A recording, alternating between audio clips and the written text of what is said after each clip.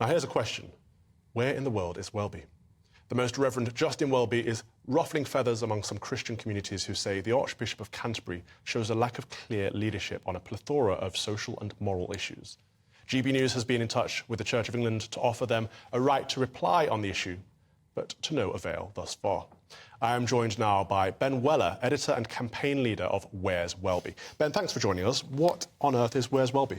Well, Where's Welby is a question, and it's a question we're asking, and it's a question that we want so many more people to be asking. The Archbishop of Canterbury is the head of the Church of England, and he has a moral duty over this nation. Yet we have seen the Church just give up on commenting about the liberalisation of sexuality, about free speech issues, and most importantly to me, about abortion, about what I believe you see as a genocide. And we are asking where he is on that, because he has not been clear. So what is the Where's Welby campaign doing? Well, the Where's Welby campaign, we try and run off satire. Our main thing we have is a poster. It's a poster inspired by the childhood cartoon Where's Wally. I'm sure all of you in the studio have seen it. And we have basically spoofed their double-page spread to talk about all the issues and the moral denigration in this country. In it, you are there, standing on a plinth of free speech with some faithful bishops looking up to you and watching you. But you can also find... I'm sure there are not many there, then. No, the rest of them around the back doing who knows what. And you can also see the Archbishop there, but obviously you've got to find him, because it is Where's Welby. He's very small and he's hiding. It's interesting because he's everywhere when it comes to issues like Rwanda or partisan issues. But when it comes to these moral issues, he is nowhere to be seen. You're right. The General Synod is meeting this weekend. There is a video out there on social media. I'll try and play a clip of it in a moment. And the General Synod is the governing body of the Church of England. And we've got a clip of them saying what the Church's official stance on abortion is. Let's run this. The Church of England's stance is very clear.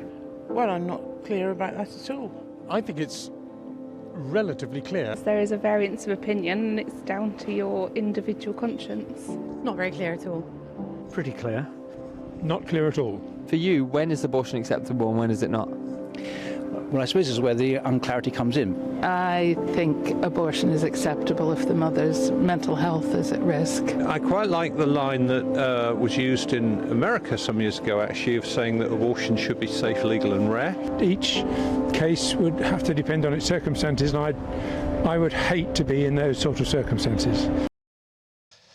I mean, Ben, if the governing body of the Church doesn't know what the Church's official stance on this issue is, how are people in the pews supposed to know? This is typical Anglican fudge, is it not? Well, yes, it is. That's where we come in with Lambeth fudge. I love it. This is, of course, one of our products. You can get it from our website. So this is a gift to you. Oh, thank you very much, Ben. Because, of course, Lambeth Palace has made a great fudge of the issue on abortion. I mean, we're laughing, but it's seriously not a laughing matter, because it's a moral issue that the country needs moral leadership on, and the Church of England is nowhere to be seen on these moral issues. What are you hoping for from your campaign as a result? Well, we'd love the Archbishop and the entire Church of England to be able to speak clearly on what they actually believe. The Church of England's official statement on abortion at the minute is that it is sometimes morally acceptable. And to us, that's not enough. I see it as murder. The Church of England, in fact, does. In that exact statement, they say that human life starts at conception, and they also say it's sometimes morally acceptable. OK. The Bible clearly... I'm going to bring my dualists in on this. Leo Kearse, the Church of England is pontificating about all kinds of political matters, but on these core moral issues, do you think it's negligent? Well, I think the Church, I understand the Church should actually have the sort of moral stance and reflect what's said in the Bible. Me personally, I believe that, abortion should be available within sensible limits, because, as much as I think abortion is abhorrent and in no way an ideal outcome for anyone, for the mother, obviously for the fetus or anyone, I'm a pragmatist, and you can't ban abortion. You can only ban safe abortion. We saw, when abortion was illegal, people had backstreet abortions, and I think it's actually it's more humane and safer and better for everybody if it's available. I think some of the people urge for it to be pushed up to a higher age limit. And bear in mind, I've got some skin in the game. I've got a baby, so I'm speaking from somebody who loves loves my child, and I hate to think of it happening to other babies, but some people are going to do it. I think what we could do in this country to reduce the number of abortions is so many people can't have a baby because they don't own a house, they don't feel secure in their job and in their housing situation. So if we could just make housing more affordable by building more houses and maybe stopping the influx of hundreds of thousands of people every year that need to live in houses. Okay, I mean, I love Leo, Emma, but that was a conflation of so many issues right there. I'm going to ask you the same question. Is the Church of England neglecting its moral duty? Massively, and I think so. You mentioned the Church of England are very quick to weigh in on divisive political issues, whether it's to do with race. We saw during Black Lives Matter, whether it's in heritage campaigns, trying to get things removed. I think Welby made some very, compromising statements at the time when they were trying to remove a Rustat from the Rustat Memorial from one of the Cambridge colleges.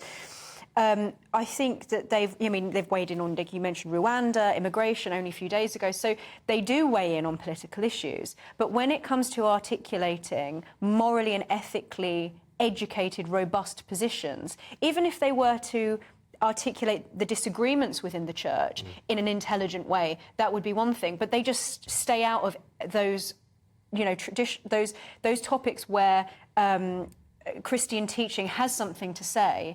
Because it's not politically fashionable, it seems that the church are too frightened to weigh in on it, or to even have those discussions in the first place, because they've taken a settled opinion, and that settled opinion is one of mainstream culture that has very little, if not nothing, to do with Christian teaching. I think there are lots of people, we've spoken about this in previous weeks, within the clergy in the Church of England, who are very literate on these issues, but those people don't get a voice because it seems that the leadership just simply don't care to weigh in on issues that matter to the majority of people in the congregation, because they're playing to the secular culture rather than thinking about their own flock. Do you think they're trying to draw people in? You think if we I think it's proven to be a mistaken strategy. I think they are, because they're trying to appease the people that will never turn up anyway. Yeah. They're pushing away the people that do turn up. Yeah. But Ben, I want to give you the last word.